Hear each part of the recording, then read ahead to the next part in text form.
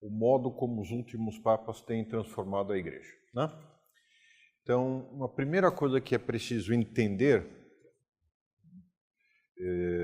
tanto para os católicos propriamente, né, católicos que têm fé, quanto se você que, digamos, não for católico, tem que entender que, com certeza, os papas funcionam assim, entendem assim, né? Que a Igreja é algo sobrenatural. O fato de ser sobrenatural implica que ela é guiada por quem? Pelo Espírito Santo, né? E isso é o que lhe dá segurança.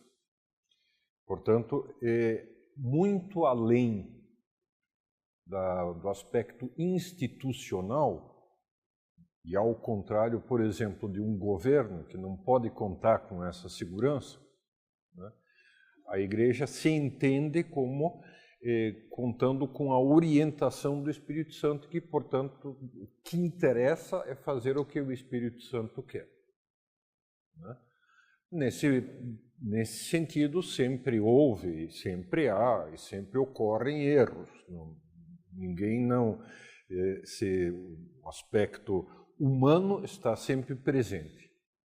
Por outro lado, quer dizer, preciso levar em conta a desproporção absoluta, né?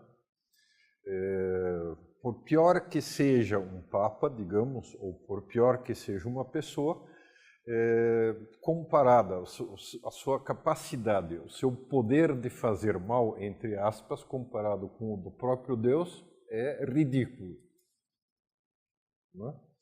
Ele é absolutamente um grãozinho de areia em comparação, né? Então, esse é digamos, a ideia básica que está por trás de tudo, né? Então, sobre se é mais conveniente, menos conveniente, se é um momento histórico, se devia ter esperado mais 10 anos, ou não sei o quê, ou se é para instituir mais uma congregação ou menos uma congregação, bom, é totalmente secundário esse tipo de coisa. A reforma da cúria, né? Como vai organizar os dízimos, todas essas coisas são, enfim, totalmente secundárias em comparação com aquilo que propriamente interessa, que é corresponder à orientação que o Espírito Santo imprime, né? E é entendido pelos católicos e pelos papas como algo totalmente secundário, né? Muito bem. Dito isso, para entendermos as mudanças que está havendo, precisamos entender até recentemente qual era a situação, como é que a Igreja se entendia a si própria. É interessante observar o seguinte: desde os primeiros séculos, desde os primeiros 500 anos, a grande questão inicial era tentar entender, ou fazer a teologia, que a teologia é isso, tentar entender racionalmente, o melhor que desse, né? Portanto, definir termos, etc. e tal, para se poder falar sem erro da Santíssima Trindade, Deus Pai, Deus Filho e Deus Espírito Santo, né? Foram 500 anos de formulações, concílios, brigas, discussões, heresias, gente que errava, gente que era corrigida, gente que dizia a verdade, eu errei, gente que dizia, não, eu não errei, não brinco mais, né? Até houve um caso de um concílio famoso em que o pessoal saiu no tapa, né? Porque era tudo isso, porque é o núcleo central. Se a Igreja formulasse erradamente a Santíssima Trindade, uma formulação, por exemplo, é que Deus Pai, no Antigo Testamento, é simplesmente uma espécie de fantasia de Deus. né? Deus Filho, no Novo Testamento, Jesus Cristo, é uma outra fantasia, né? Então, na passagem do Antigo para o Novo Testamento, Deus diz, pessoal, um segundo, né? Só vou dar uma saída do palco e já volto. Né? Aí ele saiu, pôs a máscara de Jesus Cristo e voltou. Né? E depois, assim que Cristo subiu aos céus, né? Novamente, ele diz, pessoal, um segundinho tal, e voltou como Espírito Santo. Né? Então, essa é uma das heresias chamada modalismo, que as pessoas da Santíssima Trindade seriam modos de manifestação de Deus. Ora, isso por sua vez teria tido que consequências? Que no fundo, só um Deus único. Ora, Deus não pode morrer, portanto, Cristo não teria morrido. Se Cristo não morreu propriamente, como ser humano, o que acontece? Não houve redenção e nós continuamos nos nossos pecados. Ou seja, o cristianismo teria se tornado uma espécie de Islã. Só por causa de uma formulação mal feita na doutrina da Santíssima Trindade. Entendem por que 500 anos foram necessários para limar, entender, formular, né? Trabalhar? Muito bem. Fala. Porque o Islã, a fé é um Deus único, ponto. Deus é absoluto, transcendente e nada a ver conosco. Os 1000 anos seguintes, mais ou menos, são dedicados a entender o quê?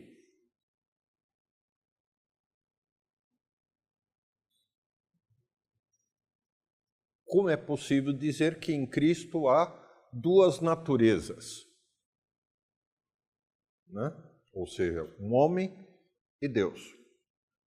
Se Cristo era só Deus, então o homem era só uma fantasia, era só uma encenação, então também não houve realmente morte na cruz e não houve realmente ressurreição. Se Cristo não era Deus, então era apenas homem e tudo bem, morreu mais um, como tantos milhões. Portanto, não pode ter havido ressurreição, portanto. Né? Então, também era a questão seguinte, digamos, que precisava ser enfrentada. E essa questão se prolonga numa outra que é: Cristo está presente na Eucaristia, sim ou não? Porque a Eucaristia e os outros sacramentos em geral, né, fazem o quê? Eles prolongam a encarnação ao longo dos séculos. Se eu fizer afirmações muito estranhas, vocês avisem. Tá? Agora, não se trabalhou depois, então, nisso estamos mais ou menos em 1500, né? Portanto, no Concílio de Trento. O protestantismo é basicamente uma heresia sobre como entender a presença de Cristo na encarnação e nos sacramentos. Né? E ao se negar o lado sacramental, sobrenatural da Igreja, se acaba negando também a sua presença nos sacramentos. Né? Muito bem. Os 500 anos seguintes, portanto, de 1500 para cá, são anos marcados pela discussão sobre a ação do Espírito Santo na alma de cada um de nós, a graça. Né? Que é algo que não está, digamos, ainda teologicamente amarrados. As primeiras questões estão amarradas, esta sobre a graça não. Né? Ainda está em aberto e pode receber muitos complementos. Então tem mais os próximos 500 anos para ir melhorando. Por fim, uma questão que nunca tinha sido tratada em maior profundidade é a questão sobre o que é a igreja. Muita gente falou sobre o que é a igreja, mas ninguém atacou o tema no sentido de querer dizer, olha, vamos tentar agora fazer um estudo sistemático, abrangente, que chegue realmente a definir o núcleo da questão. Aí, mais uma vez, você vai dizer, mas que importância tem isso, gente? Né? Se nós passamos tanto tempo sem a definição, por que não podemos continuar assim? Né? Ora, isso tem várias respostas. Se a igreja é só uma instituição humana,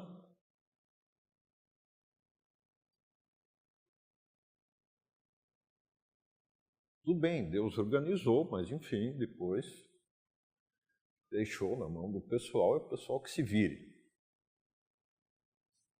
O que acontece com ela? Cedo ou tarde, se esboroar, vai desaparecer. Né? Se é só uma instituição humana, que direito tem de exigir de você um vínculo mais profundo?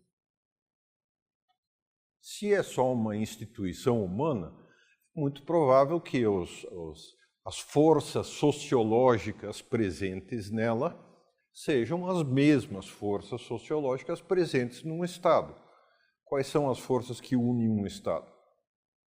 Patriotismo, concorrência com os outros Estados, estruturas de poder e estruturas econômicas. De fato, várias correntes filosóficas, das quais você deve ter ouvido já muita coisa, né, tentam entender a igreja só assim. A diferença é que se dá com elas aquilo que se conta do metrô de Nova York. Né? Diz que no metrô apareceu pichada a frase Deus morreu, assinado Nietzsche. Depois de um tempo, embaixo apareceu pichada a frase Nietzsche morreu, assinado Deus. Né? Então, o que acontece é que, em geral, essas filosofias se vão esboroando, basta pensar no marxismo, né? Ao passo que a igreja continua. Né? Agora, por outro lado, quer dizer, não significa tudo, não significa só por causa disso que seja de fato de instituição divina, santa e eterna, porque o Islã também continua há 1500 anos, ora bolas. Né? E o budismo também, mais 2000 e pouco. Né? Então, até aí. Né? Ok. Então, como é que a igreja, então, se entende? Então, a primeira questão é essa, como é que a igreja se entende a si própria, né, de maneira mais completa e de maneira a definir a sua identidade, quem ela é. E, portanto, isso é algo que diz respeito a qualquer católico, porque isso significa quem sou eu também. Eu não sou só eu sou eu na relação com os outros. Né? Segunda questão. Né?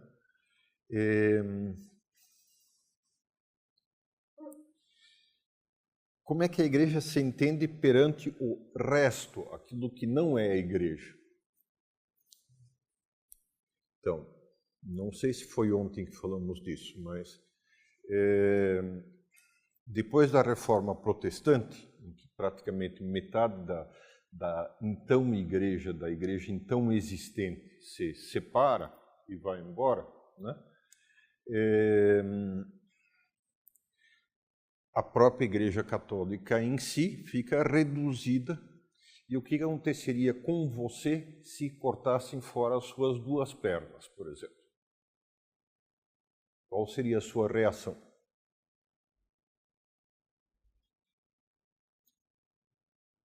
Ei, maravilha! Vou poder andar de rodas. É isso, não? Se diria?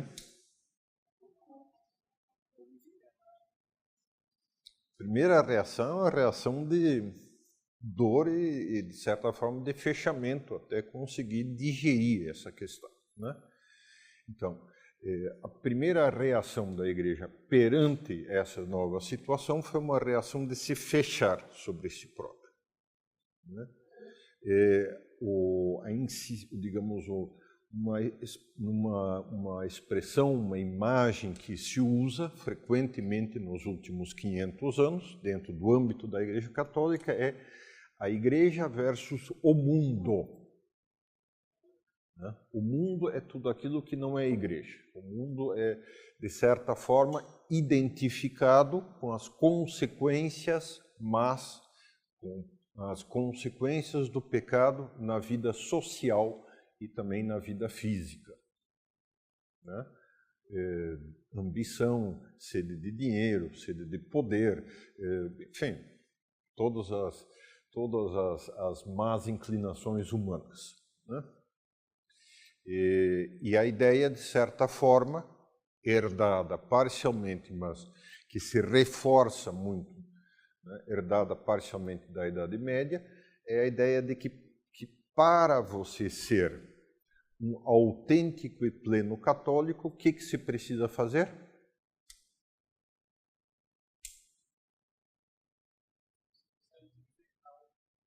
Distanciar-se do mundo, né? Tem um documentário sobre São José Maria Escrivá de Balaguer, muito divertido, em que perguntam a um taxista de Roma, né? E aí, o senhor acha que o senhor poderia ser santo? E aí ele responde, claro que não, com um trânsito horroroso desses, né? Quer dizer, com um monte de idiotas que cruzam o caminho, que dão fechadas na gente, que nos atrapalham, que impedem de estacionar. Claro que não. Exatamente a mentalidade do... né? Nós, ou pelo menos a santidade, a verdadeira pertença à igreja é oposta a esse mundo. E neste mundo a gente faz o quê? Que dá, não é? Fazer o quê?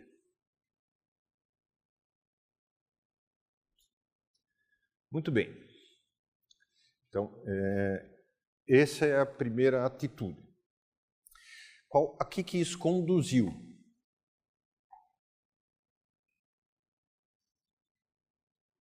Reparem, pelo menos na maior parte da Europa, na maior parte do fundo do Ocidente, este mundo, entre aspas, era formado por quem?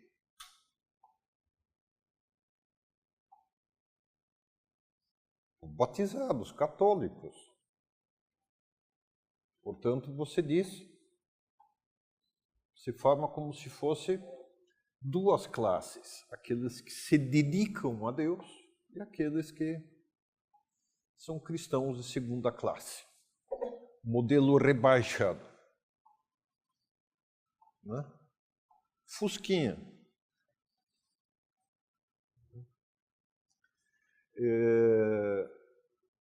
E isso, por sua vez, né, se eu sou de segunda categoria, o que eu faço?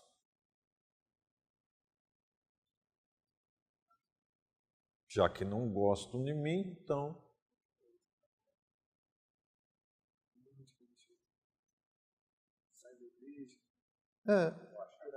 Exatamente. Vou achar quem goste, tá? E, de fato, na hora que, digamos, se formou essa mentalidade, havia uma coisa muito atrativa. Por um lado, se tinha criado uma questão econômica grave, que era, com toda a Revolução Industrial, havia massas e massas de gente que Tinha pouca educação, pouca formação, desestruturada, tinha vindo geralmente do campo para a cidade, morava em favela, era objetivamente maltratada, posta a trabalhar muito mais do que o devido e muito pessimamente paga. Né? Então, quem se oferece para dizer, olha, eu tenho a solução para a situação de vocês? Socialismos.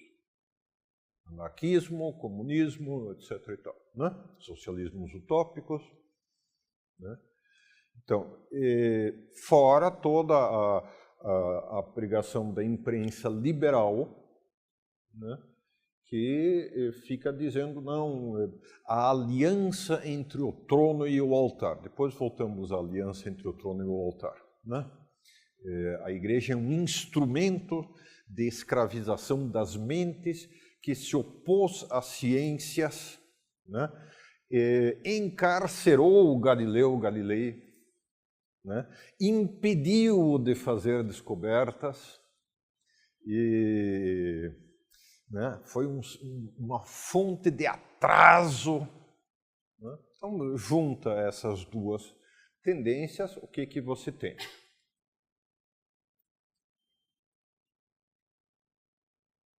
De 1830 para frente, ocorre aquilo que se chama a grande apostasia das massas. Ou seja, quer dizer, um número cada vez maior de pessoas que simplesmente não batizam seus filhos. Para quê? Já não tem mais a identidade católica, já não se sente. Quer dizer, muitas vezes a gente ouve reclamar, não, porque nos anos 60, 70, as pessoas se afastaram da igreja e diminuíram as vocações sacerdotais. Isso começou 100 anos antes, 150 anos antes. A única coisa que acontece é que isso começou pelas classes em que menos se repara, pelas classes operárias, e depois é que, nessa época, 60, 70, chegou a classe média. E aí todo mundo, né? Como o quadro de Munch, né? O grito. Né? Mas é muito mais antigo o problema. Então, naturalmente, quer dizer, era preciso fazer algo para... Algo estava errado. Né? Muito bem. Depois, aliança entre o trono e o altar. Claro, por um lado, a igreja tem consciência de que que ela é algo separado e independente dos poderes temporais. Toda a Idade Média é um esforço da igreja para não ser submetida aos reis. Né? É aquilo que se chama a questão das investiduras. Claro, todo rei queria nomear os bispos lá no território dele, porque para que eu vou tolerar um monte de bispo e padre chato que fica me puxando a orelha e dizendo, não, você não pode ter 3 esposas, não, né, você tem que usar bem o dinheiro que você arrecadou. Nada de matar os seus oponentes, tal, né? Então, quer dizer, o cara ficava, não quero gente que fique me dizendo isso. E além disso, né, como os políticos brasileiros dizem, né? Eu quero um ministério com mais gordura, né? Então o cara, eu tenho meu primo aqui, né? Imagina um mosteirinho lá, bem cultivado, tal. Seria muito... Então, naturalmente, todos os reis estavam querendo meter a mão de todas as formas possíveis. E o esforço da igreja durante 1000 anos, literalmente, foi não, quem nomeia bispo, quem nomeia padre, sou eu. Né?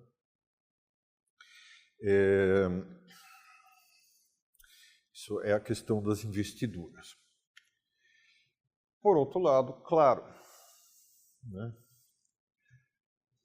uma colaboração é interessante para a igreja. Né? Por quê?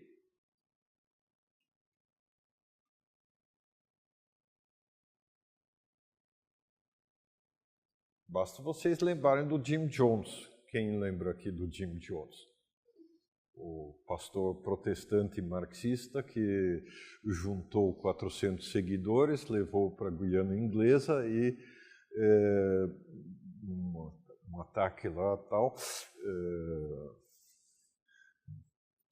de piração própria, matou todo mundo, mandou matar todo mundo. Né? Esse tipo de malucos acontecem sempre. Ora, a igreja não pode ter exército próprio, não pode, né? Portanto, quem é que vai lidar com esses caras? A igreja pode dizer, está errado, né? Só que já tem 400 pessoas lá. O que faz? Você precisa de polícia. Então, nesse sentido, depois, enfim, também tem que haver toda uma ordem social para haver colégios, para haver educação, para haver, né? Precisa haver uma integração. Né? Portanto, interessa que haja um reconhecimento mútuo e uma certa colaboração. Claro, isso é sempre uma espécie de espada de dois gumes em que a igreja tem que se equilibrar entre a justa medida e um colaboracionismo. Né? Significa também, como em todas as coisas humanas, que às vezes há um pequeno vacilo para um lado e um pequeno vacilo para o outro lado. E tal, né? Então, de fato, na época pré-Revolução Francesa, se pode falar em certo grau de aliança entre o trono e o altar. Por outro lado, aquilo que preservou a Igreja Católica de se tornar um instrumento do Estado foi o papado. Todas as igrejas que se separaram entre os anos 700 e 900, na área oriental do Império, portanto, Grécia, Romênia, Bulgária, Rússia, etc. e tal, todas essas igrejas acabaram se tornando igrejas estatais. As protestantes, igualmente. Quem é que paga os pastores protestantes e os bispos protestantes da Noruega ou da Suécia? O governo. São funcionários públicos. Né? Na Inglaterra, quem é o chefe da igreja? A rainha. Manda mais que todos os bispos somados. Então, literalmente, a fé cristã está submetida na Inglaterra à rainha, que define o que pode ser artigo de fé ou não. Na prática, os reis ingleses foram suficientemente sensatos para, nos últimos 400 anos, não se meterem no assunto. Né? Mas, pelo menos juridicamente, essa é a situação. Muito bem. Então, temos, primeiro problema, apostasia das massas. E uma espécie de dicotomia mental que diz, bom, neste mundo não dá para ser santo. Né? Segundo problema, que é a identidade católica em última análise? Né? Terceiro problema, qual é a relação entre a igreja e os governos? Como definir essa relação? Né? Não entendi o primeiro passo.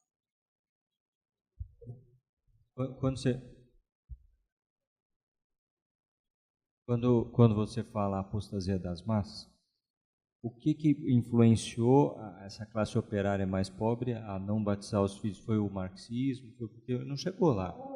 O marxismo não atingiu essa classe no primeiro momento, né? Atingiu. Não tinha atingido enquanto eram camponeses, porque o camponês vem de uma vilinha de 300 pessoas em que tem uma igreja e um pároco que atende essas 300 pessoas. esse pessoal vai para uma cidade grande, né? Fica abandonado. Tem um bom desejo, provavelmente, mas quem, né? Então, de fato, a situação nas cidades que crescem como cogumelos de uma velocidade impressionante em começo do século XIX é uma situação péssima, né? Quer dizer, eles ficam desamparados pela migração para a área urbana, é isso. Os Em pobres ampla ficam medida, desatendidos. Exato, e em ampla medida também porque já tem essa separação, né? Quer dizer, já eram cristãos, já se sentiam cristãos de segunda categoria. Beleza. Muito bem. Como é que vocês atacariam esses três problemas? Qual deles primeiro? Identidade, apostasia das massas, relação com os estados. Identidade, exatamente. Então, de fato, se vocês pensam... Bom, Pio IX ainda, logo depois da Revolução Francesa, a Revolução Francesa tem como propósito explícito acabar com a Igreja. Não só na França, mas, se possível, tudo. Há até uma história muito divertida. Napoleão, em certo momento, ao conversar com um cardeal, que era La Rochefoucauld, era parente seu por casamento, né? Parente vago, assim. Napoleão bate na mesa, ele tinha o hábito de estourar, né? Ele tinha até um relógio desses de bolso, assim, com correntinha, né? Quando ele queria impressionar mesmo alguém, ele arrancava o relógio, jogava no chão, pusava em cima e tal. E o outro dizia, nossa, ele deve estar bravo mesmo e tal. Mas ele tinha um monte desses relógios que ele ia... Então, o Napoleão bate na mesa e diz, eu vou acabar com a Igreja Católica. E o cardeal diz, majestade, faz 2000 anos que nós cardeais estamos tentando e não conseguimos ainda. Então, mas a primeira reação de Pio IX foi condenar. Era compreensível, né? Por outro lado, já com Leão XIII, passa para uma atitude positiva, né? Depois, os primeiros, no começo do século XX, vocês têm toda a questão das guerras que desviam a atenção. A primeira vez que se consegue respirar um pouco, né? Pio XII publica uma encíclica que é fundamental para a compreensão da Igreja, que é Mystici Corporis, corpo místico, em que ele afirma que a Igreja é o corpo místico de Cristo. Ou seja, formada pelas células, digamos assim, que são todos os cristãos, todos os católicos, né, reunidos na cabeça, unidos pela cabeça, que é Cristo, e cuja alma é o Espírito Santo.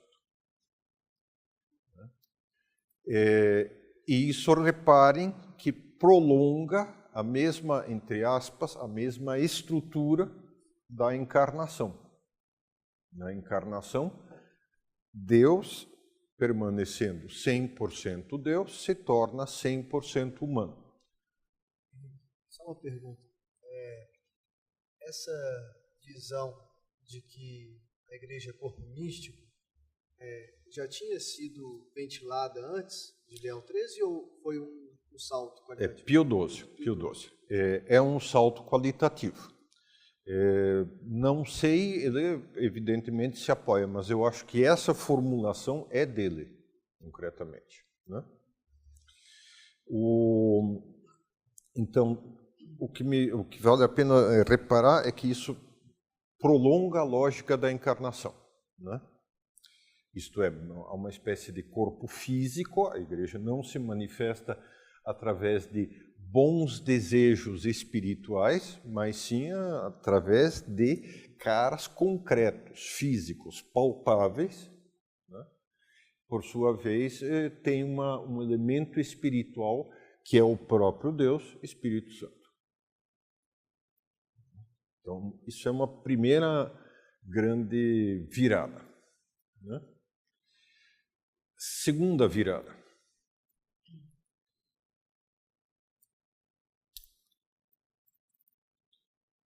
Segundo ponto da virada. Isso do corpo místico é uma definição precisa ou ela é um pouco metafórica? Você pode dizer que você é uma célula? Não, isso é metafórico, é uma imagem. Né? Então, como é que eu corrijo isso? Como é que eu me aproximo de um entendimento mais literal disso? Então, aí pulamos para o Concílio Vaticano II, que retoma essa ideia do Pio XII, mas num dos seus documentos, né,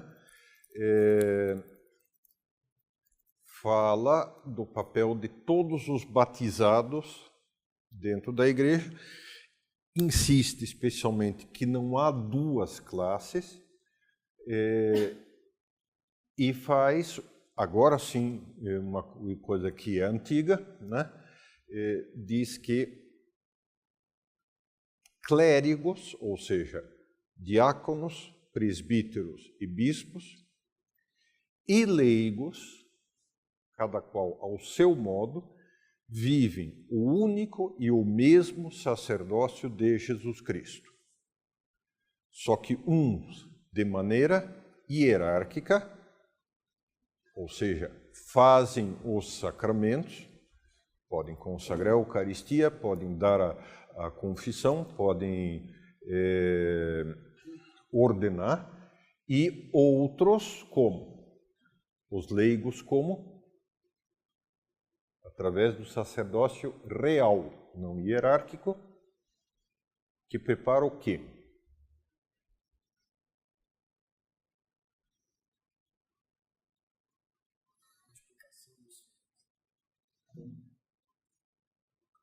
A multiplicação dos fiéis, não sei, a vida. Não só. Cristo é o quê? Quais são as três dimensões? Se vocês olharem para os crucifixos antigos, né, geralmente Cristo não é representado com uma auréola. Ele é representado com 3 raios. Esses 3 raios representam o quê? 3 dimensões. Ele é profeta, como Moisés, né? Sacerdote, como Arão, e rei, como Davi. Né? Ou seja, é profeta porque ele ensina, sacerdote porque oferece sacrifícios e tudo que está relacionado com isso, sacramentos, né? E rei porque ele administra e faz acontecer, vamos dizer assim. Né? O leigo, o que vocês acham? Não, nada disso, né?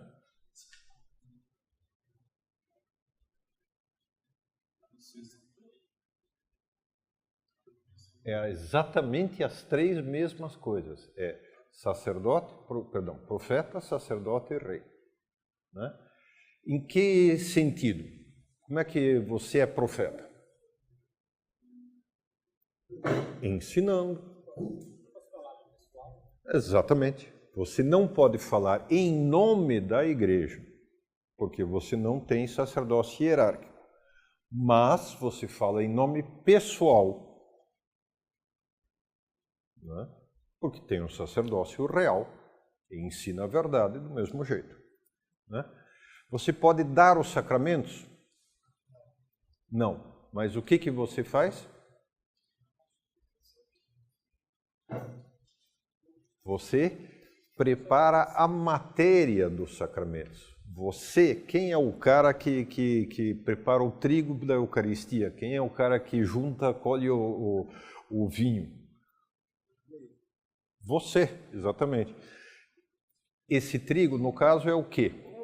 O seu trabalho, o seu esforço, o táxi que te fechou, os carros na rua, o chato que você tem que aguentar com toda a simpatia e ouvir, né, e aceitar, tal, e o perdão com que você tem que atender a alguém que, enfim, é desagradável, etc, etc, etc. Né?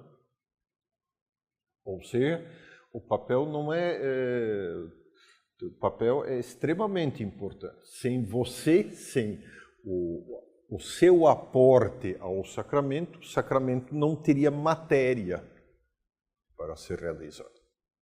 Tudo bem? Rei. O que se governa? Antes da sua casa, você se governa a si próprio. Não é? Primeiro lugar onde a gente deveria governar é a si próprio, a sua intimidade. Não é? E depois, naturalmente, o seu âmbito de responsabilidade. Não é? Vocês reparam que com isso, o que aconteceu? A visão da igreja ficou unificada, ficou entramada, entrançada. Não tem mais duas classes. Há apenas uma. Está tudo agora. Né? E, de fato, quer dizer, o que era preciso? Uma vez que se conseguiu definir isso, o que era preciso fazer? Explicá-lo, torná-lo acessível. E qual é a grande maneira, o grande instrumento de propaganda que a igreja tem? Não. Mais prático, mais simples e mais humilde. Catecismo depois, tal. Cara, paróquia, você já pensou em ter uma agência de propaganda que tivesse uma casinha lá, em praticamente todas as cidadezinhas do Brasil, com um fulano que todos os dias dedica pelo menos um tempo a falar as coisas? Não é? Quer dizer, o grau de eficácia de um assunto desses é monstruoso. Claro, depois se precisa ajudar o sacerdote, aquele que tem a boa doutrina, então para isso você publica um catecismo, primeiro para que os bispos tenham boa doutrina, por sua vez ensinem boa doutrina para os padres, etc. e tal, né? A missa é o grande método, né? E isso, por sua vez, então, trouxe consigo o quê? A reforma litúrgica, ensejada já por Paulo VI. Como acontece sempre que se introduz, se faz uma reforma, você tem o pessoal que leva tudo um pouco no oba-oba, né? Oh, mudou, né?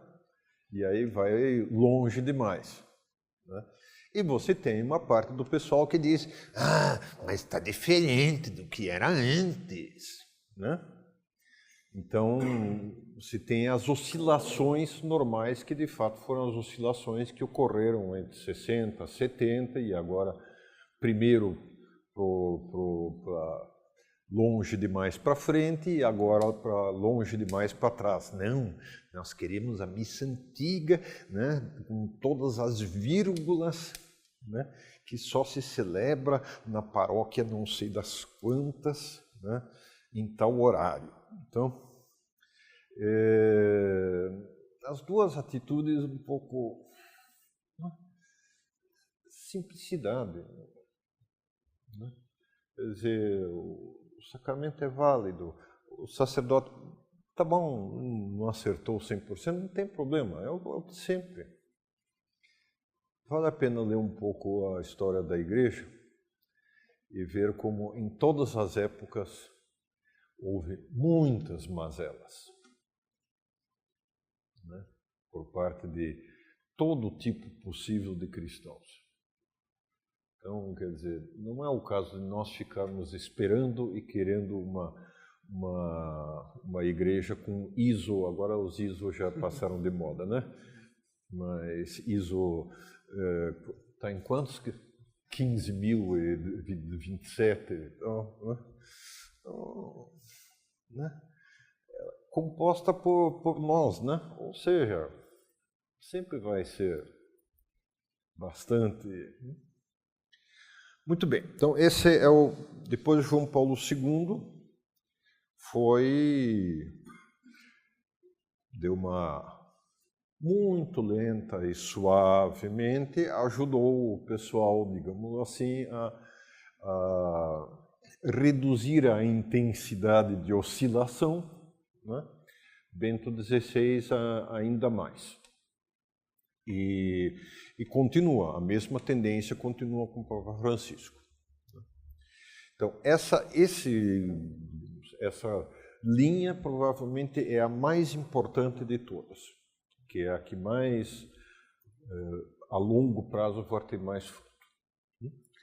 Segunda linha, com relação à apostasia das massas. Por um lado, precisa catequese. Claro, a igreja ainda está sofrendo os efeitos da apostasia. Está melhorando, começa a haver novamente mais sacerdotes, mas aos poucos, né, é mais devagar isso.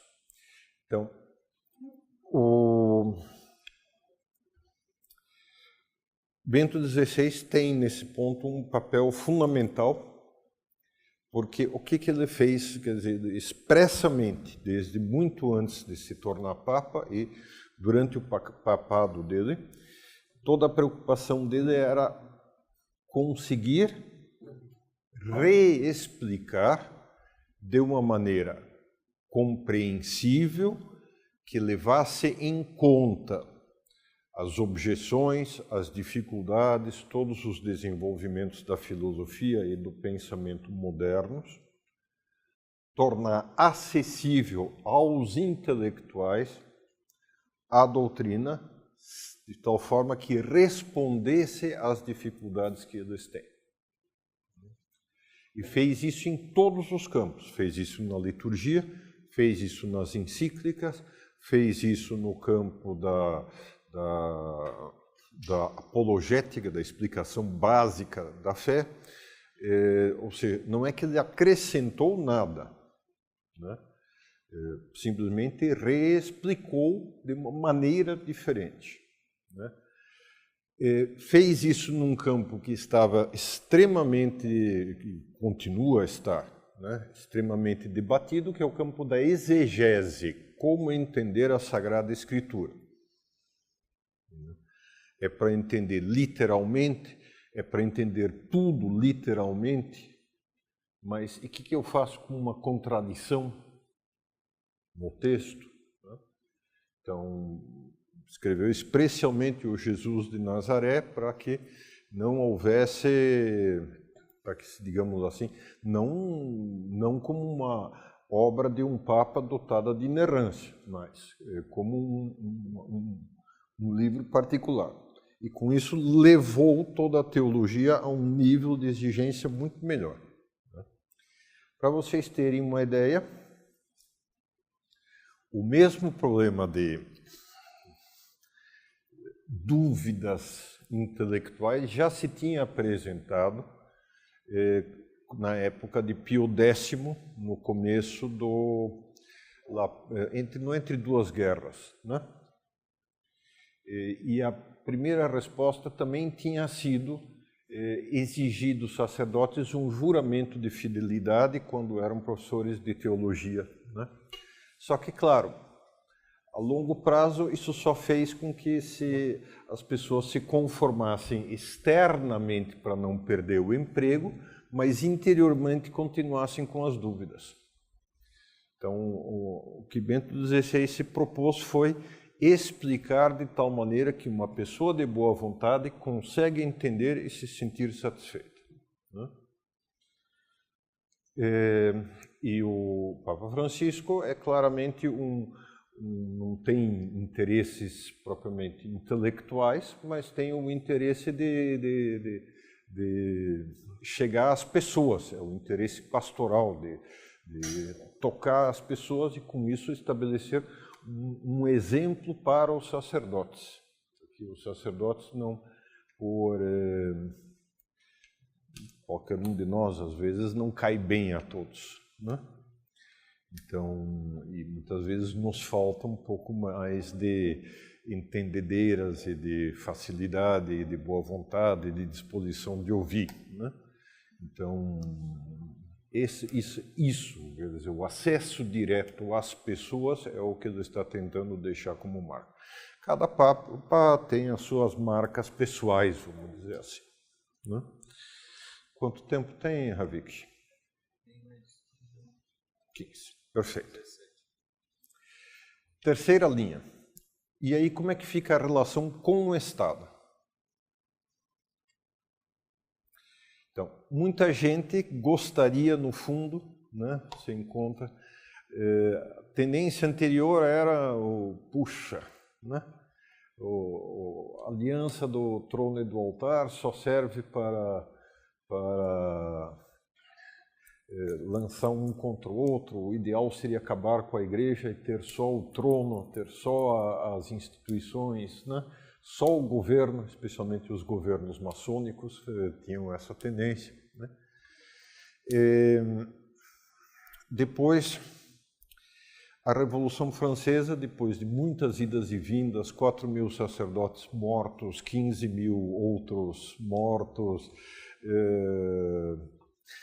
enfim, chegou à conclusão de que o melhor sistema seria separar, né? Aí entrou Napoleão, os dois permaneceram separados, aí entra Luís XVIII, aí volta a fazer uma França que é oficialmente católica, aí cai Luís XVIII, tem a Revolução de Março, aí a Segunda República Francesa, aí cai a Segunda República, entra Carlos X, enfim, uma muvuca, né? Mas, enfim, Estado final, Terceira República, começo do século XX, separa a Igreja do Estado definitivamente, né? Muito bem. Então, depois de uma longa 2.000 anos de experiência, né, a Igreja diz, não, de fato, tudo indica que esse é o melhor sistema, manter uma separação oficial da Igreja e do Estado. E como é que a gente consegue isso? Sendo a Igreja um próprio Estado. Olha aqui o outro lado, né? Que a igreja tem que ser um Estado, vamos acabar com todos os Estados aí e deixar só a igreja. Acaba com o Brasil e o Papa manda em tudo. E aí, coitado do Papa que vai ter que instituir a Sagrada Congregação para as linhas de ônibus metropolitanas, né, do estado de São Paulo, para a coleta de lixo da cidade de BH, né? Pelo amor de Deus, não! Né?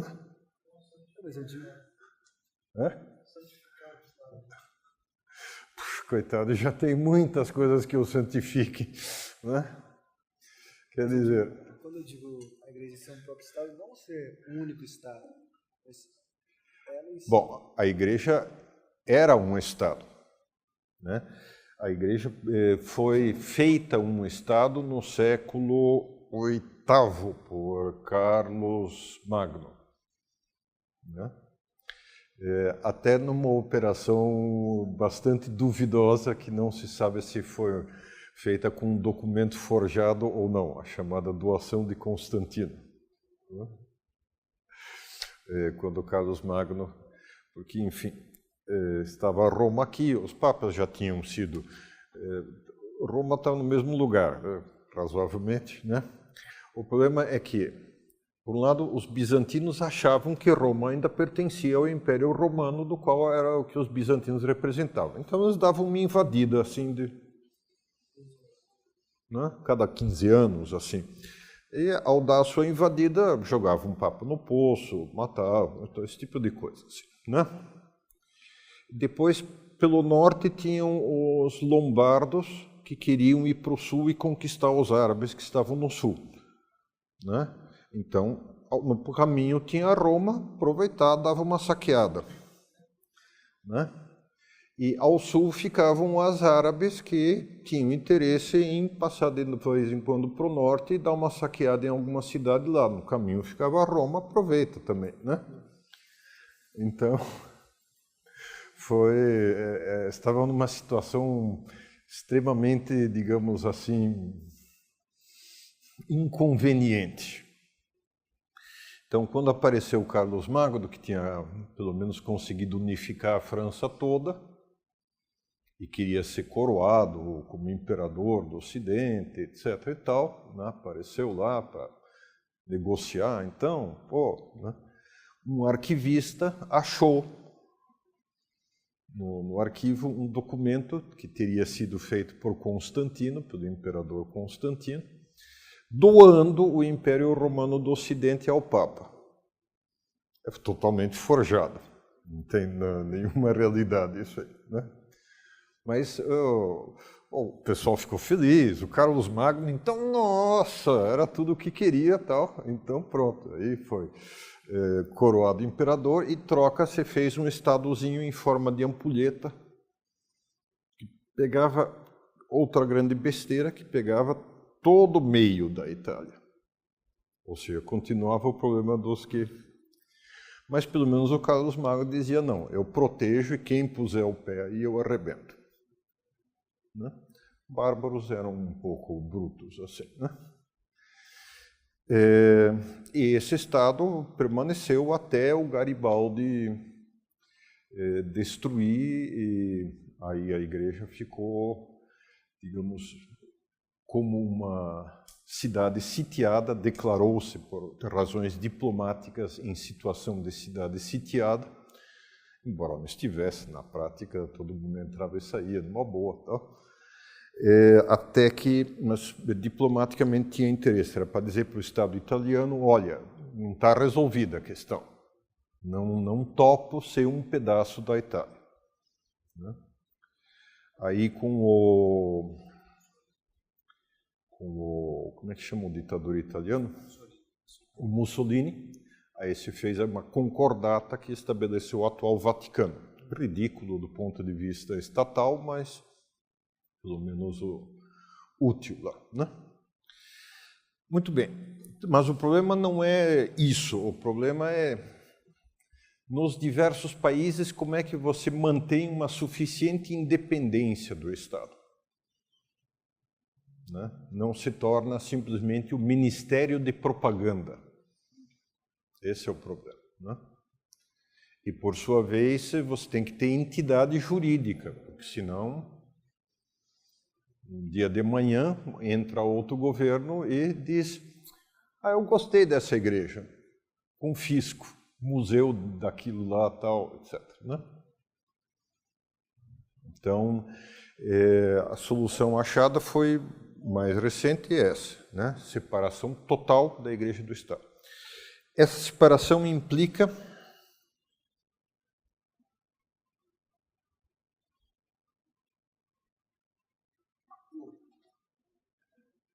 um acordo e, antes de mais nada, a absoluta liberdade de religião. Quer dizer, a igreja pede a todos os estados, exige na medida em que tem cacife para isso, como não tem uma única arma, não é que seja muito esse cacife, né? Só autoridade moral, mas ela pede liberdade de religião, o que significa que todas as religiões têm que ser respeitadas. Coisa que antes até a gente mas praticamente até 1920 era impensável. Nenhum país pensava, e olha, para os árabes é completamente impensável hoje ainda, né? E para alguns protestantes é bastante impensável, quando muito você é tolerado lá, né? Ainda há os únicos estados que são oficialmente religiosos, fora os árabes e alguns budistas, são alguns protestantes. Islândia, Groenlândia, etc. Noruega, etc. Muito bem. Então, isso. Segunda característica da separação.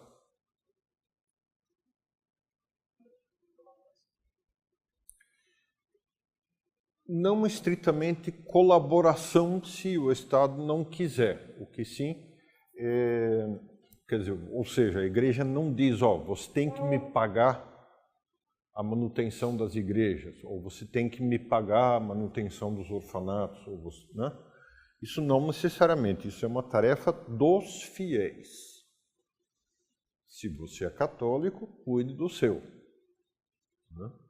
Agora, sim, o que o Estado tem que manter é a ordem devida, no sentido de que não prejudique de nenhuma forma a igreja, né? Muito bom.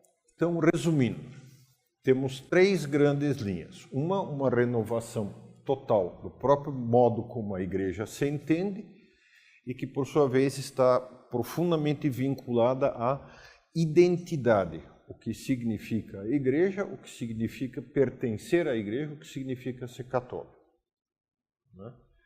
Isto me parece que claramente já está acontecendo assim em grande quantidade, menos, mais difícil na Europa, muito fortemente aqui no Brasil. A quantidade de movimentos que vão surgindo, de pessoas que começam a entender isso claramente, e de gente mesmo que pura e simplesmente vai à igreja, parece que vai em aumento assim, intensamente. Mesma coisa nos Estados Unidos, África não se diga, o Oriente Médio um pouco mais difícil, mas sim, inclusive China, etc. Né? Então, e isso só foi possibilitado por essa atitude de mudança, né? Isso implica uma confiança que às vezes a gente não termina de entender. Quer dizer, os últimos papas foram de uma coragem enorme, porque pense você dizer o seguinte,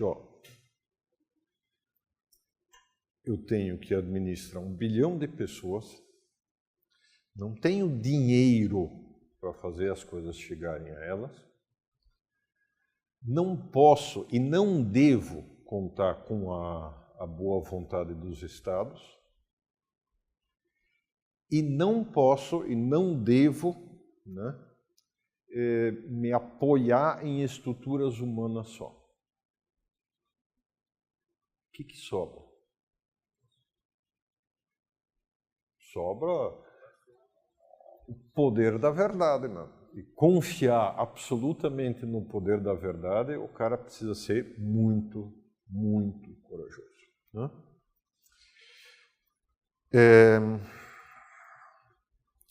Depois, a separação igreja e Estado e Bom, agora esquece o terceiro tema. Bom,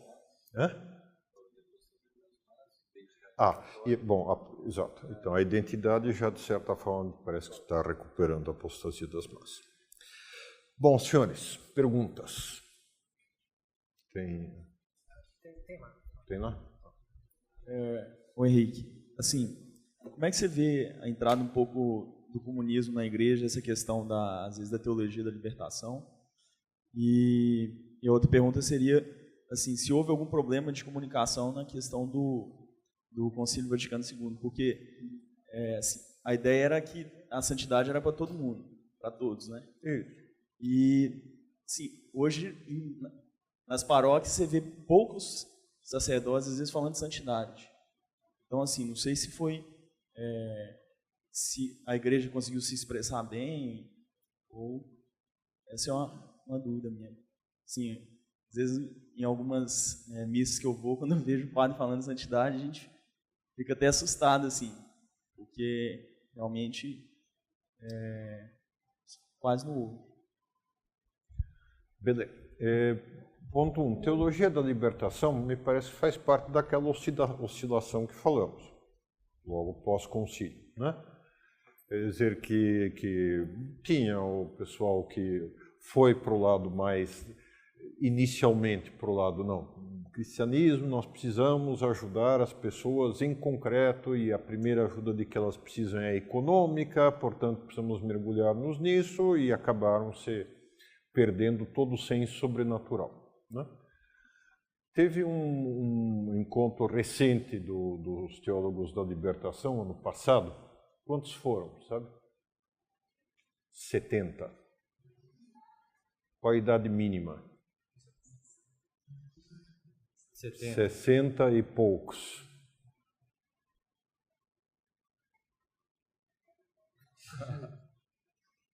Né? Tá no final. Tem os velhinhos e tal. Tem uma retórica, assim, né? Nem comparação com o que eu...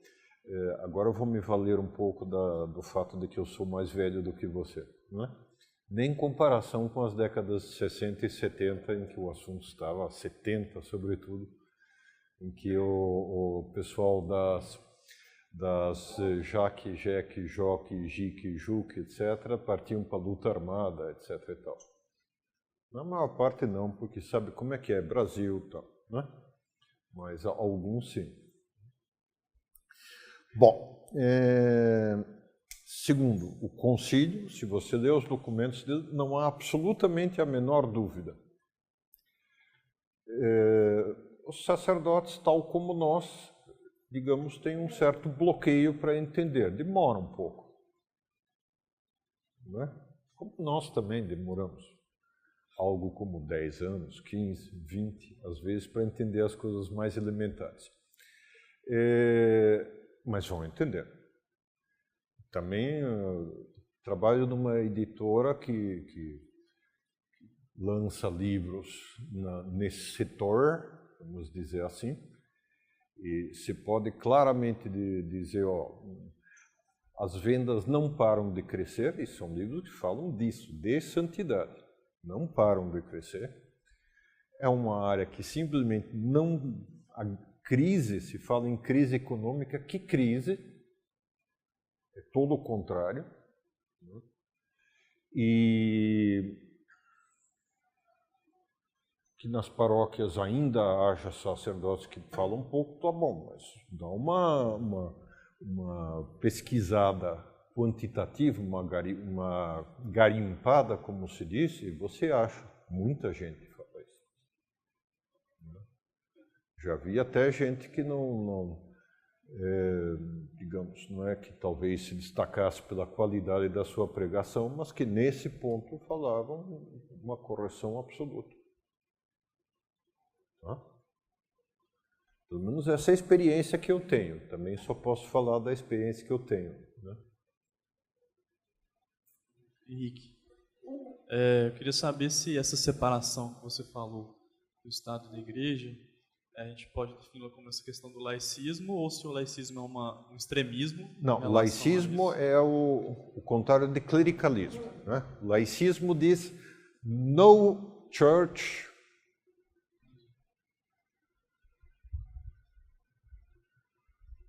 Tá ligado? Laicismo diz, a igreja só atrapalha fora, né? Se você quiser ser católico, vá para casa e reze diante do seu crucifixo, nada de atos públicos, nada de...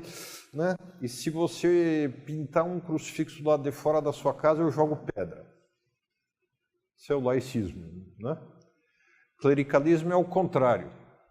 Água benta escorrendo de todos os lados, aquela voz melíflua, né?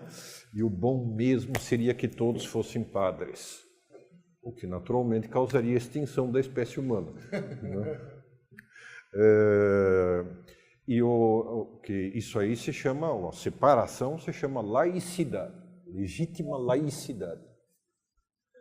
Em cima disso, queria saber se essa laicidade não contribuiu para um afastamento das pessoas da igreja, assim, porque eu não sei se é uma coincidência, mas muitos dos países pregam, na verdade, não a laicidade, mas talvez um laicismo, eles o laicismo, são menos religiosos. O laicismo foi a dominante dos últimos 2 séculos. Né? O que me parece é que agora é sempre isso, quer dizer, as coisas começam com exageros e aos poucos vão se trocando. Né? Então, me parece que os exageros, laicismo, clericarismo estão aos poucos se acalmando e vão entrando para águas mais sensatas, um pouco mais tranquilas, que implicam essa separação. Né? De fato, num primeiro momento, quer com a rejeição total da Revolução Francesa à Igreja e também com a rejeição total de Pio IX à Revolução, teve exatamente essa oscilação mais forte. Né? O que é a Europa? Que é a primeira... Pega o... Por que a Europa, que é o primeiro mundo, está tendo mais dificuldade nessa...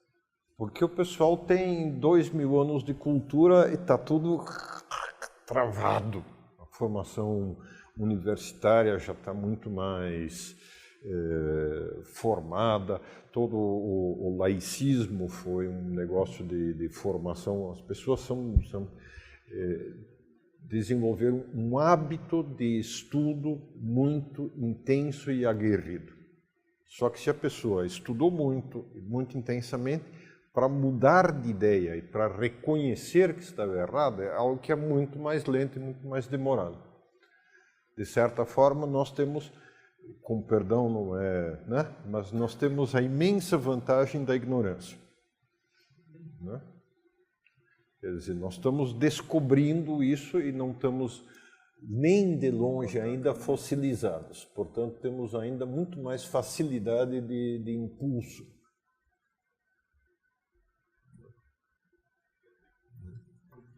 Eu tenho uma pergunta. O Galileu, senão ele vai reclamar que ele está sendo oprimido pela igreja novamente. Obrigado. Então. Henrique, já escutei, me explicaram, até uma pessoa da obra mesmo me explicou que mais ou menos lá na época do Constantino, né, que ficou um pouco confuso essa questão de que o leigo não era tão diferente assim daquele que era ordenado sacerdote. E as pessoas tinham uma noção de que todos faziam parte da igreja, de que todos jogavam o mesmo jogo, né? Todos deveriam ser santos. Isso desde o começo E aí, depois, mais ou menos, dessa época do Constantino, que começou a cair um pouco essa ideia. Não, Constantino não é o culpado, isso são não digo mais que foi as ele ordens, o culpado, as ordens religiosas. O Constantino é antes um sem vergonha, porque ele diz, acabou esse negócio de perseguir os cristãos, porque ele até pessoalmente ele estava convencido de que era verdade, mas sabe como é que é? Né? Se eu me batizar, aí tem que levar a sério, né? E se eu levar a sério, então, deixar um pouco mais para frente, no final da vida, né? Aí dá para matar mais uns inimigos, dá para... Mas assim, claro, aí que veio, assim, depois disso que começou a florescer as ordens religiosas, porque parece que as pessoas falavam assim, não, acho que para eu viver bem o cristianismo, eu não posso estar no meio desse negócio liberou já. Começou antes até, começou no Egito já, que não era muito... Mas aí a minha pergunta é o seguinte, você veio falar que lá no século XIX é que teve um pouco essa sensação ou essa impressão dos leigos de que eles estavam sendo excluídos. Essa entidade era uma... Isso vem da Idade Média. Na Idade Média menos, mas sobretudo na modernidade, sobretudo de 1500 para frente. Um processo longo, então, assim, É. de exclusão, ou pelo menos de uma impressão de que a pessoa estava sendo excluída, né? De uma mentalidade, né? A mentalidade de que para você, aquela do taxista, né? Para você ser santo mesmo, seja religioso. O resto...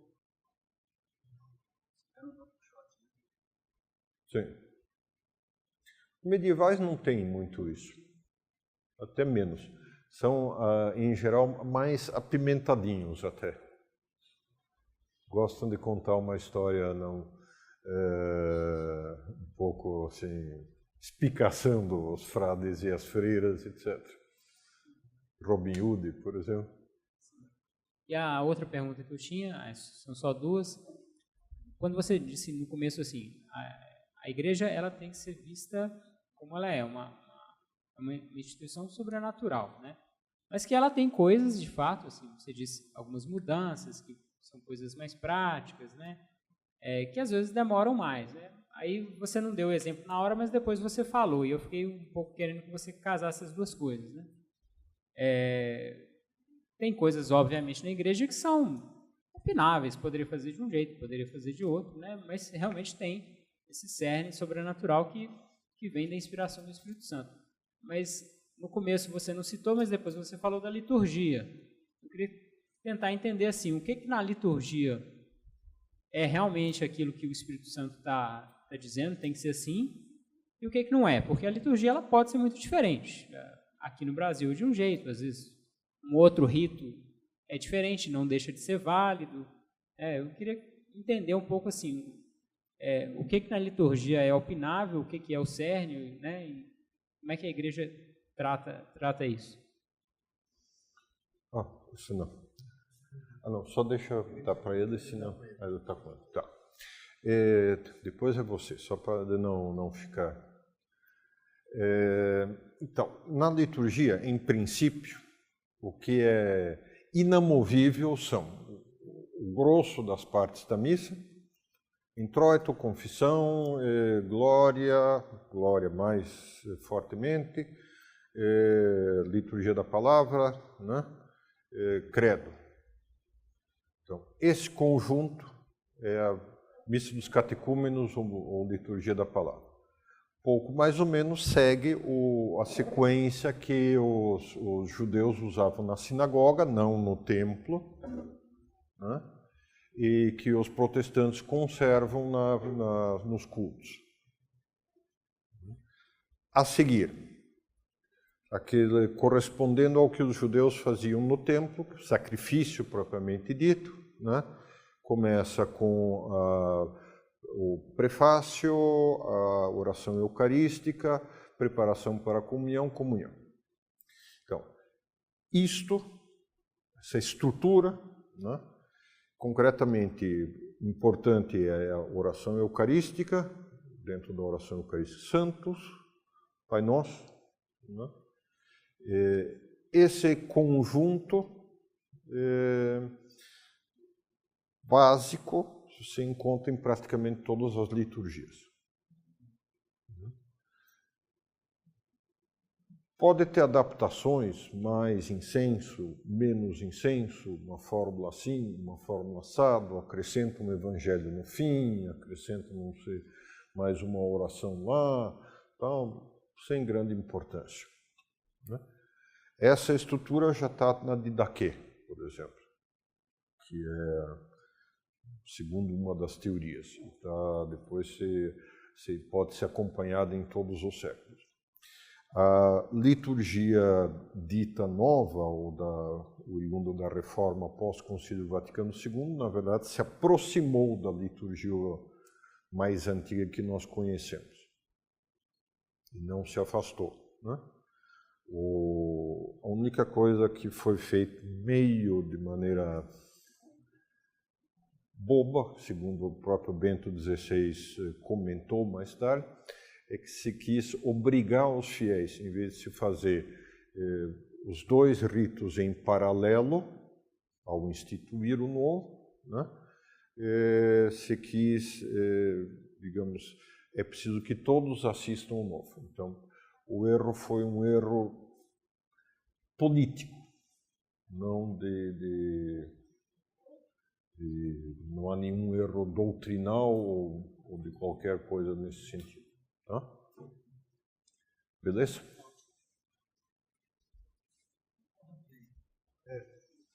Obrigado.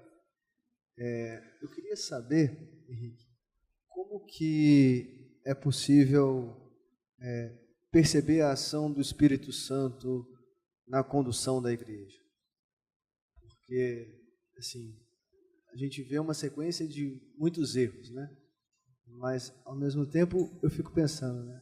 Assim, será que é permitido assim, que as pessoas vão cometendo vários erros? Não, chegou num nível de erro agora, não, agora vai ter que ser uma ação divina mesmo para consertar, enfim. Não sei como é possível interpretar essa ação do Espírito Santo. Veja, o natural, o normal, será que Deus não tenha que ficar fazendo milagre, fogo de artifício o tempo todo, né? Se você deixa os assuntos quase desaparecer assim, e de repente tal, tem que fazer né? Praticamente o Titanic já está afundando, de repente sai de ré assim, né? Bom, um pouco demais, né? Agora, é comum falar nas 5 ou 6 mortes da igreja. Então, dependendo do autor, de fato, você tem várias épocas ao longo da história em que todos os índices estavam apontando para baixo, né? Depois, outro fator muito interessante é que os anticatólicos, pela razão que for, o pagão Celso, etc. e tal, quase sempre anunciam, alto e bom som, que, olha, deste século não passa. Está no fim.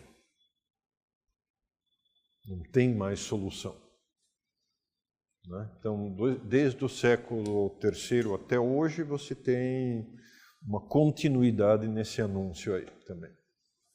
Que até agora não... Exato. Depois, quer dizer, há um ponto importante, que é aquilo que você poderia chamar história silenciosa.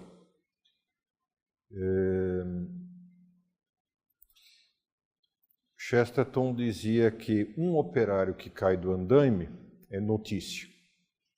Os 99 que não caem do andaime não são notícia. O que sustenta a igreja em última análise? São esses 99 caras, 99 sacerdotes quietinhos, etc. Todo mundo que pega um dia que o sacerdote está da pá virada e fala uma besteira no tal, todo mundo fica lá 3 meses reclamando, não, porque fala isso, porque não sei o quê, porque né? Agora, os outros 364 dias do ano em que ele fez direitinho o seu trabalho, dentro do possível, dentro das limitações da natureza humana, não. Ora, o que sustenta o assunto realmente? Os 364 dias, ora bolas. Agora, e de onde ele e mais milhares de outros tiraram forças para viver esses 364 dias? O Espírito Santo funciona caladinho, quietinho. Então, não dá para pedir, dizer para ele, olha, mais, faz aquilo para eu ver. Não, né? Não é o sistema dele. É como você dizer para o Silvio Santos, falar baixinho. Silvio Santos vai ser um troço, e o inverso, né? Então, tem que respeitar o modo de funcionar, no caso, o modo de funcionar de Deus, né? Henrique, uma dúvida aqui, uma pergunta, aliás. Você falou daquele primeiro ponto da apostasia das massas, né? Quando você vê o Brasil, vejo que a sua visão é otimista, a minha também é, né? Porque a gente tem fé, acredita que Deus é o Senhor da história. Mas se você vê o Brasil, os mais pobres, migraram para a religião evangélica, né? Assim, uma boa parte deles, pelo menos. Então, e você vê todo o esforço do Papa, esse esforço pastoral em chegar aos mais pobres e tal, mas não dá a impressão de que a igreja não consegue chegar nessas pessoas assim mais carentes, né, com falta de recursos? Como que você explica isso, quer dizer, essa chegada na fé nessas pessoas que tiveram um tempo atrás essa apostasia? Primeira coisa, preciso reconhecer que os protestantes tiveram um enorme papel nisso e fizeram, queira ou não, um bem enorme nesse sentido também. Acho que nesse sentido, para já, o primeiro ponto é ser-lhes agradecido, né? Não, são pessoas que eram católicas. Eram. Pelo menos de batismo. De batismo. Que batismo? Fora do batismo, o quê? Fora do batismo, provavelmente nunca mais entraram numa igreja. Quando muito foram até os 7 anos de idade, fizeram a primeira comunhão e nevermore. Catequese se tiveram virtualmente nula. Então, né? Geralmente os que se tornaram protestantes são esses. Pouca gente, de fato, com uma certa formação se torna protestante. Agora, o contrário, os melhores protestantes com bastante frequência se tornam católicos. Eu mesmo conheço pelo menos uns 5 ou 6. E isso só que não são os mais comuns, assim, né? Não é que sejam os que meu trato mais comum, assim, não, pessoas com quem eu mais tenho relacionamento. Portanto, agora, nesse sentido, mais do que uma questão de concorrência, o que me parece que é importante é o seguinte, o nosso esforço para que os católicos sejam melhores católicos, que isso, por sua vez, arrasta outros. Também, mais uma vez, comparando entre a década de 70, em que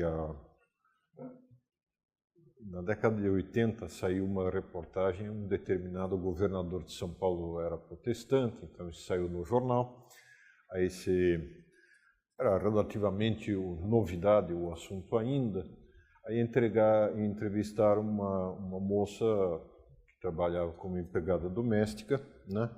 E que se tinha tornado protestante. E aí ela diz, Deus que me perdoe, mas lá na paróquia, o que o padre falava parecia o Jornal Nacional. Então eu fui procurar um lugar onde me falassem de Deus. Né? Bom, agora me parece que, de fato, muito mais lugares católicos se fala de Deus, e menos do Jornal Nacional. Né? Então, e alguma experiência no setor eu tenho, então, como dito, né? Então, parece que dá para dizer que tem fundamento. Tudo vai levar tempo, não vai se resolver que levou 150 anos para se formar, não vai se resolver em 5 ou 15, né? Vai levar outros 150. Às vezes mais até. Né? Mas, por exemplo, a França, após a Revolução Francesa, estava zero praticamente. Tinha sacerdotes em alguns lugares do interior. O clero foi reduzido praticamente pela metade.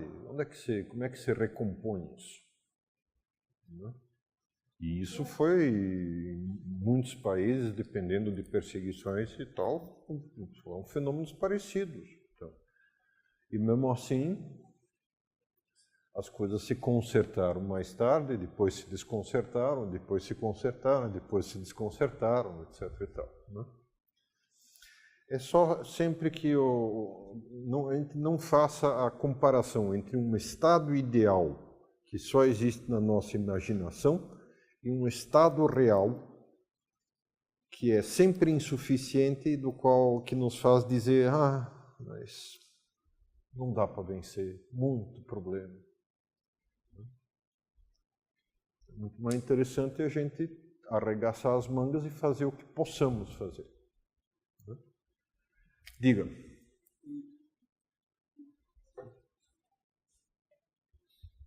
E você falou que os católicos são 1 bilhão de pessoas, né? E ao longo dos séculos essa proporção no Ocidente foi bem maior, né? O Ocidente era praticamente... Mas você nunca teve tantos?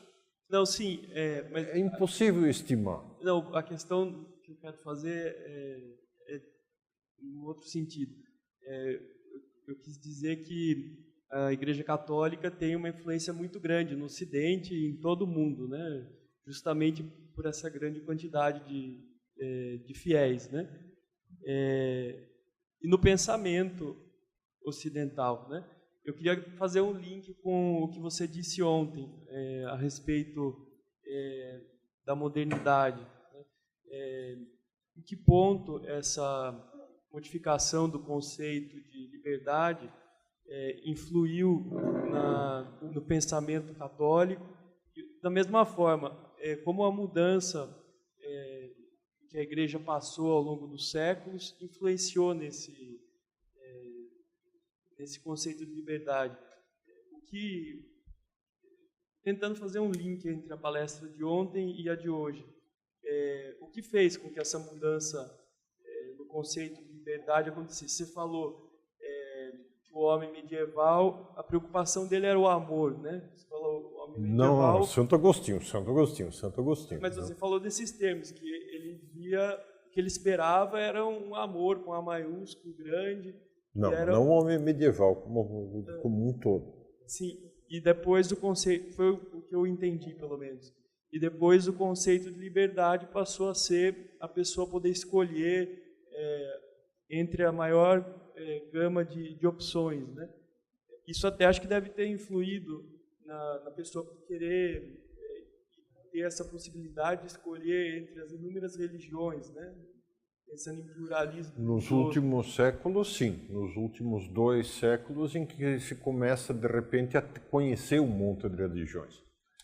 E aí você passa a ter uma espécie de, vamos dizer assim, de supermercado, né? Para um europeu moderno, você tem um supermercado onde você encontra lá setor, religiões, budismo, taoísmo, cristianismo, protestantismo, etc. Né? Mas não é um problema teológico ou filosófico a questão as duas coisas, as duas coisas, ora bolas. Agora, já que você me insiste, depois não reclama, porque se fosse para responder a isso seriamente, precisaria de umas 3 horas, mas quem inventou a liberdade, entre aspas?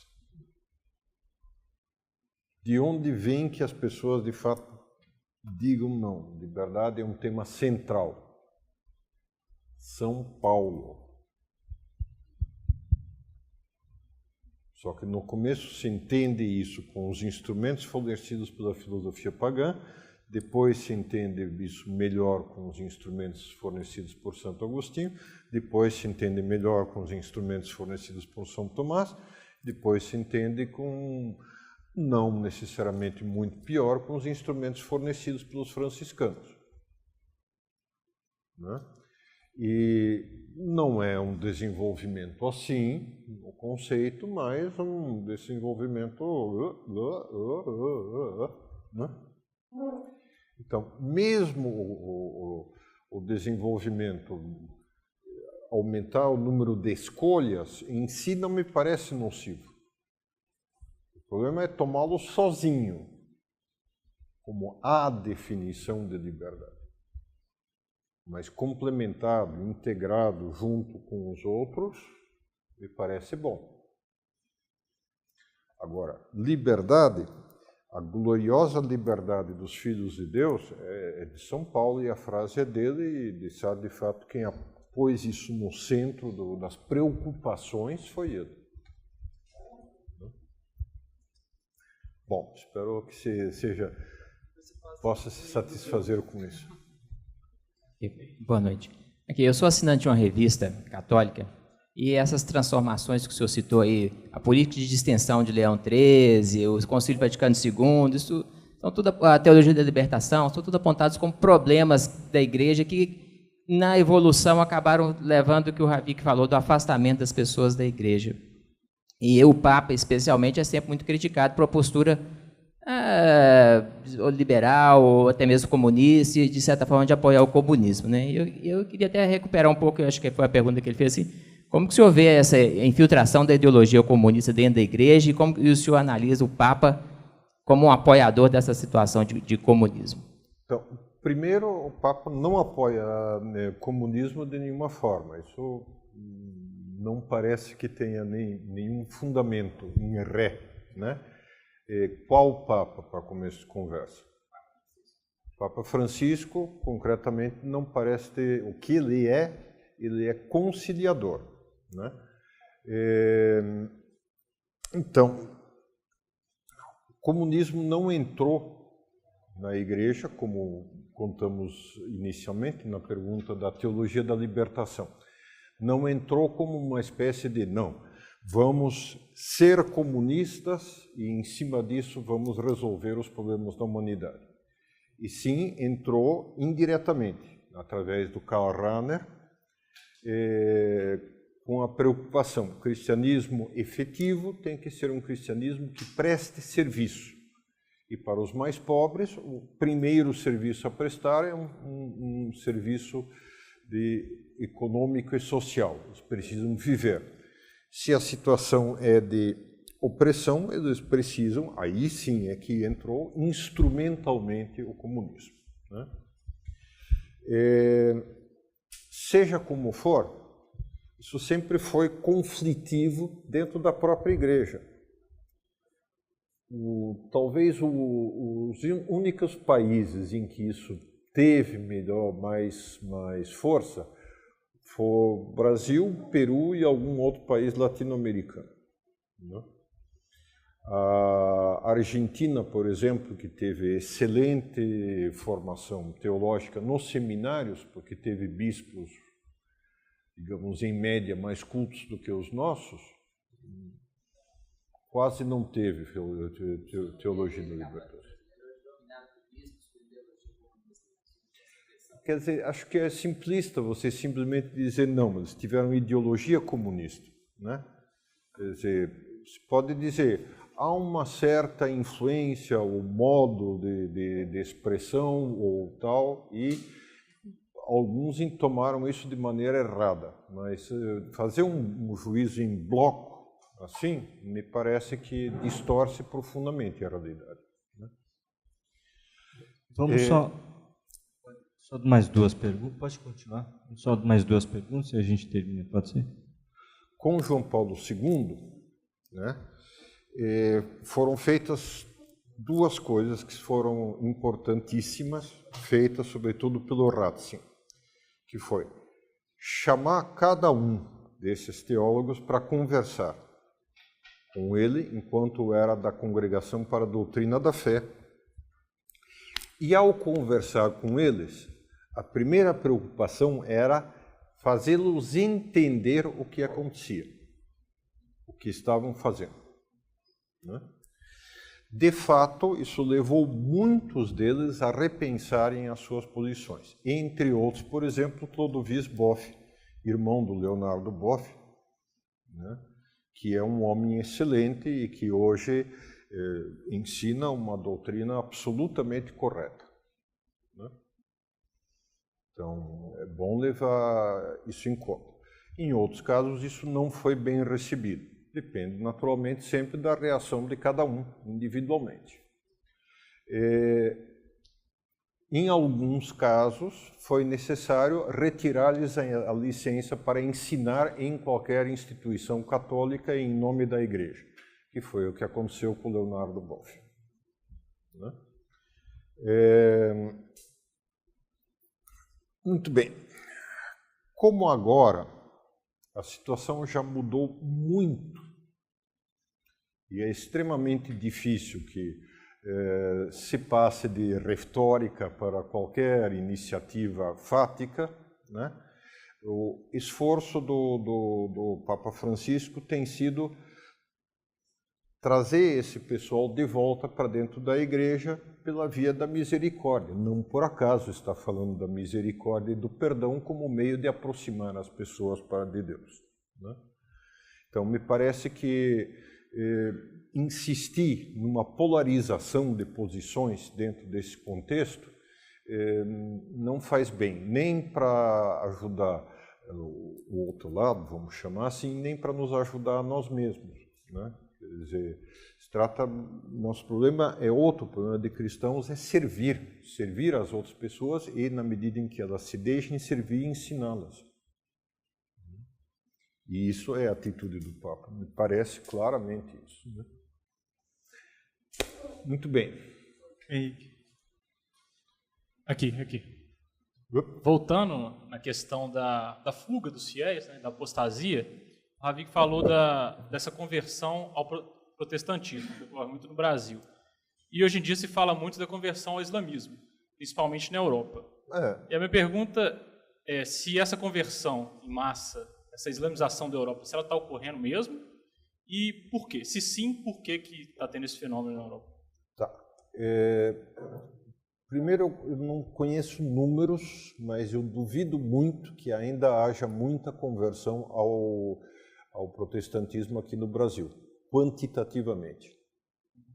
Tem-se claramente a impressão de que a onda teve um primeiro momento de expansão e agora praticamente parou, e em geral que há um remanejamento dos fiéis dentro das igrejas protestantes. Na Europa também não é tanto o número de fiéis que se convertem ao Islã. Na verdade, não são em geral cristãos que se convertem ao Islã. Quem vai ao Islã são pessoas que já não têm sentido para a vida, já estão a anos-luz de distância, que de certa forma qualquer coisinha que possam se agarrar para lhes dar esperança seria muito bom, né? Por outro lado, as exigências do Islã é bastante exigente, né? Porque implica não só uma mudança um cumprimento de regras religiosas, que nesse sentido é muito simples, né? Mas no fundo implica toda uma adesão a um modo de vida, né?